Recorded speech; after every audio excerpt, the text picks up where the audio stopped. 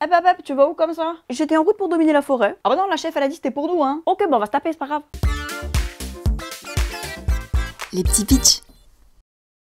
Salut à toutes et à tous et bienvenue dans Les Petits Pitchs. Aujourd'hui on se retrouve pour parler de Terre de Loup. C'est un jeu à deux de pli, de majorité et de contrôle de territoire. Je vous jure c'est fun. Ça se joue à deux, j'ai déjà dit, une partie c'est 20 minutes et c'est pour les 10 ans et plus. Le contexte, vous incarnez deux meutes de loups rivales. Une expression qui dit les loups ne se mangent pas entre eux, par contre ils se tapent bien sur la tronche. Vous allez envoyer vos loups pour se taper avec l'ennemi et essayer de prendre le contrôle des différentes terres. C'est ma terre. Pour devenir l'alpha, il faudra montrer les crocs.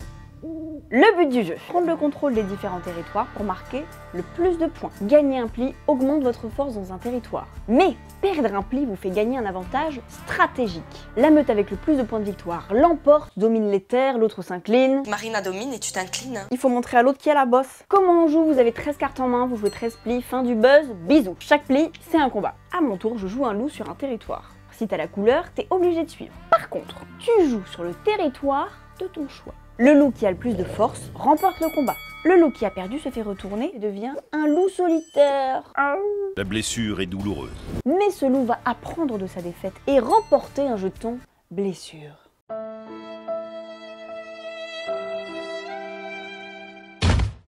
C'est des avantages stratégiques de ma boule. De quoi remporter des points de victoire direct, booster votre force dans un territoire que l'autre pensait remporter pour lui voler la victoire. Bref, stylé. Donc on prend le jeton, là on s'est fait souiller le cul, et vous le placez sur le territoire de votre choix. La personne qui a remporté le pli relance, vous jouez une carte, l'autre joue une carte, il y en a un qui gagne, l'autre qui se fait retourner, il prend un jeton, et vous refaites ça jusqu'à ce que les 13 plis soient joués. Et après ça, on compte les points. Vous additionnez votre force sur chaque territoire, la meute qui est la plus forte remporte les points de victoire. Vous ajoutez à ça les points que vous avez potentiellement gagnés grâce à vos jetons blessures. Typiquement, là, je prends 2 points pour chaque carte retournée dans ce territoire. 2, 4, 6. Mais si j'ai une main de merde dès le départ et que l'autre fait que de me souiller à chaque combat, est-ce que je vais réussir à me relever?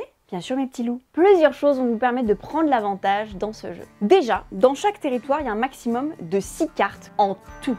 Donc si je mets 4 cartes dans un territoire, tu ne pourras en mettre que 2. Autre truc très stylé, au début de la partie, il n'y a pas d'atout.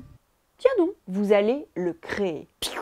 Lorsque le 3e jeton d'un territoire est récupéré, la couleur de ce territoire devient l'atout. Donc, si j'ai beaucoup de vert, mais que l'autre arrête pas de me faire des plis en jaune que j'ai pas, je vais aller perdre volontairement sur le territoire vert. Je suis là, oh non, je perds, et en fait, bam, un atout dans ta gueule. Surprise, motherfucker! En plus, cette petite lune, et je ne parle pas de mon cul, fera gagner des points à la meute qui remporte ce territoire. Vraiment, les atouts banger. Autre truc, si je joue un 2 face à un 7 de la même couleur, c'est le 2 qui l'emporte. Donc si vous avez un 7, attention, méfiez-vous de l'eau qui dort. Et le 3 qui permet de retourner un jeton griffure pour savoir ce que vous allez choper. Bref, ce jeu à deux, c'est un vrai duel. Faut essayer de repérer la stratégie de l'autre pour l'anéantir tout en essayant de mener la vôtre à bien. C'est un jeu de 20 minutes mais avec beaucoup de profondeur et une énorme marge de progression. Le fait de jouer ses plis sur un plateau comme ça et pas forcément en face des autres, c'est hyper original. Plateau recto verso d'ailleurs avec un mode asymétrique si vous voulez encore plus de profondeur. Les défaites peuvent créer de réels retournements de situation à votre faveur, donc même si vous perdez beaucoup, il y a un moment où vous allez réussir à retourner la tendance. C'est le loup solitaire qui domine le combat. Bah clairement on apprend plus de ses échecs que de ses victoires. Hein. Voilà, c'est tout pour Terre de Loup. J'espère que ça vous a plu et que ça vous aura peut-être donné envie de tester le jeu.